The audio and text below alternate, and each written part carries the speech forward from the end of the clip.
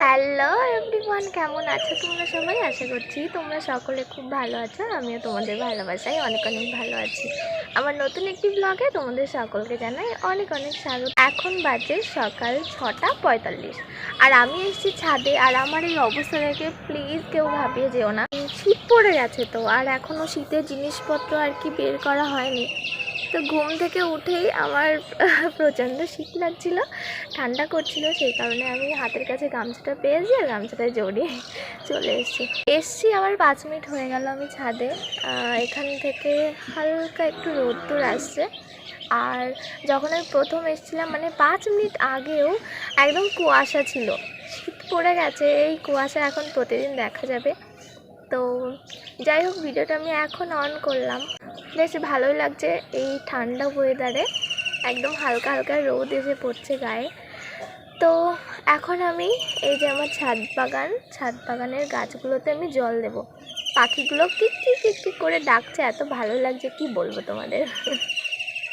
তো এখন গাছে জল দেব আর পাখির ডাক শুনবো আর হালকা একটু রোদ মানে পোহাবো। তো চলো তোমরাও দেখতে থাকো আজকের ব্লগটি। আশা করছি তোমাদের খুব খুব খুব ভালো লাগবে। সকাল সকালে এত সুন্দর ফুল দেখতে সত্যিই খুব ভালো লাগে। দেখেছো ফুলে কেমন শিশির পড়েছে? শীতকাল আসলে সত্যিই খুব ভালো লাগে কিছু কিছু বিষয়গুলি ছাড়া। তো যাই হোক, সকাল সকাল এত সুন্দর ফুল দেখতে পাচ্ছি সবুজ গাছে, একদম পিঙ্ক আর অরেঞ্জ কালারের মধ্যে ফ্লাওয়ারগুলো, খুবই ভালো লাগছে দেখতে। তো চলো আমি গাছগুলো এখন জল দিয়ে নিই। তো আমি তো নিচে থেকে কিছুই নিয়ে আসিনি, এখানে আমাদের একটা মগ থাকে, এই যে এই ট্যাঙ্কি থেকেই আমি জল নেব এখান থেকে অ্যান্ড গাছগুলোই দেবো। তো চলো জল দিয়ে নিই। প্রথমে এই গাছ থেকেই শুরু করলাম। কিছুদিন না আর কি দিনে 2বার করে জল দিতে হচ্ছিল, কারণ গরম পড়ছিল।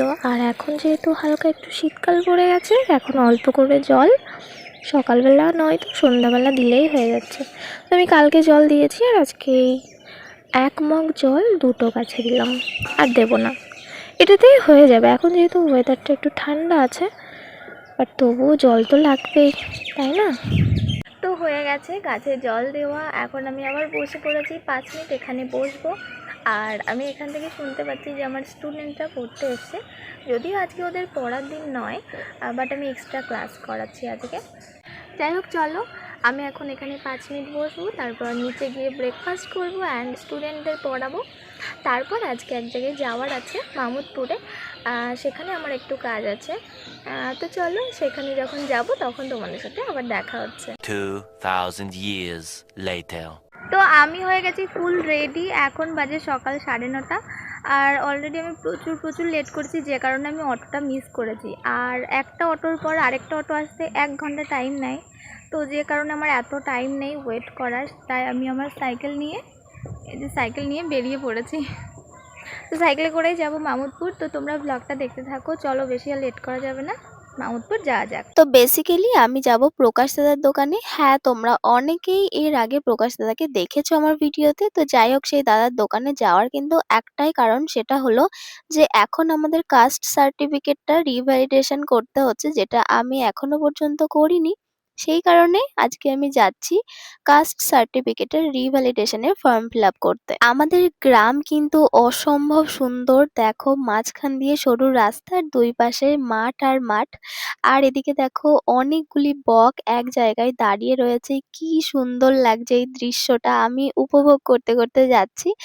অনেকদিন পর এইভাবে আমি সাইকেল চালিয়ে যাচ্ছি, তো আমার কিন্তু দারুণ লাগছে। রাস্তায় তেমন কেউ নেই আর আমি এই যে সাইকেল চালিয়ে যাচ্ছি, বেশ ভালোই লাগছে। সকালবেলা মাঠে বক আছে, দেখতে খুবই ভালো লাগছে।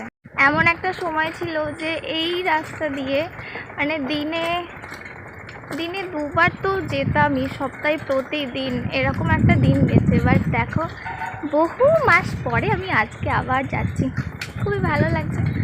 তো প্রায় চলে এসেছি, আর মাত্র 4 মিনিট টাইম লাগবে। তো চলো যাওয়া যাক।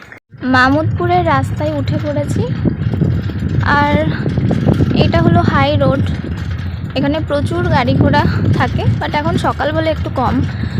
তো যাই হোক, এই যে একটা মোটর ভ্যানও আসছে।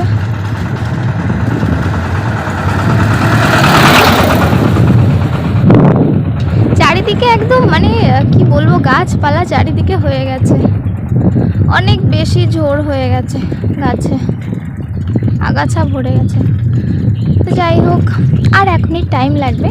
তো এর আগেও তোমাদেরকে অনেকবার নিয়ে এসেছি মামুদপুর বাজারে এবং দেখিয়েছি, বাট চলো অনেক দিন পরে আমিও আবার দেখব আর তোমরাও দেখবে। অ্যাকচুয়ালি মামুদপুর একটা ইমোশান, কারণ সেই ছোট থেকে এখানে যাওয়া আসা, যেহেতু আমার স্কুল মামুদপুরে, তো সেই জন্য একটা ইমোশান বলতে পারো।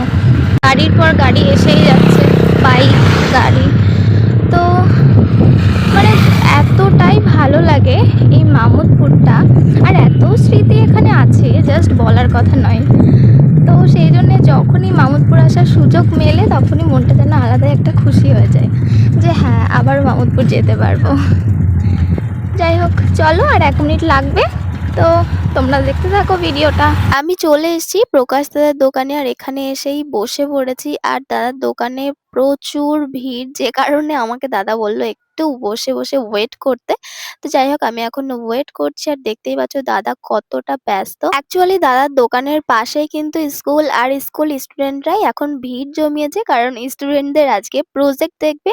তো প্রজেক্টের ফ্রন্ট পেজটা সবাই বের করতে আসছে বারবার, আর ওরা যেহেতু স্কুলে যাবে তাই দাদা ওদের কাজটাই আগে করে দিচ্ছে। তো যাই হোক, ফাইনালি ওদের কাজ মিটিয়ে আমার কাজটাও কমপ্লিট করে দিল দাদা, আর আমি এখন কাজ কমপ্লিট হয়ে গেছে তাই চলে এসেছি কিন্তু বাইরে। আর এই যে দেখো, আমি একদম স্কুলের সামনে দাঁড়িয়ে রয়েছি।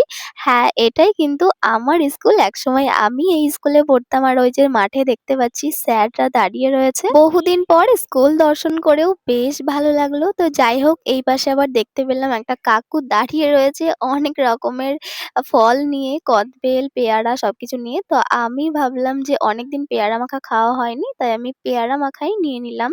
তো এই যে কাঠি দিয়েছে পেয়ারাটা খাওয়ার জন্য, তো চলো অনেক দিন পর পেয়ারা মাখা খাওয়া যাক। পেয়ারা মাখাটা অনেক বেশি টেস্টি ছিল। তো যাই হোক, চলো আমি এখন পেয়ারা মাখাটা পুরো শেষ করে নিই। আর আজকের ব্লগটিও তাহলে এখানেই শেষ করছি। কেমন লেগেছে অবশ্যই কিন্তু কমেন্টে জানিও। দেখা হবে খুব শীঘ্রই তোমাদের সাথে নেক্সট ব্লগে। তো আজকের মতো এই পর্যন্ত, টাটা সবাইকে।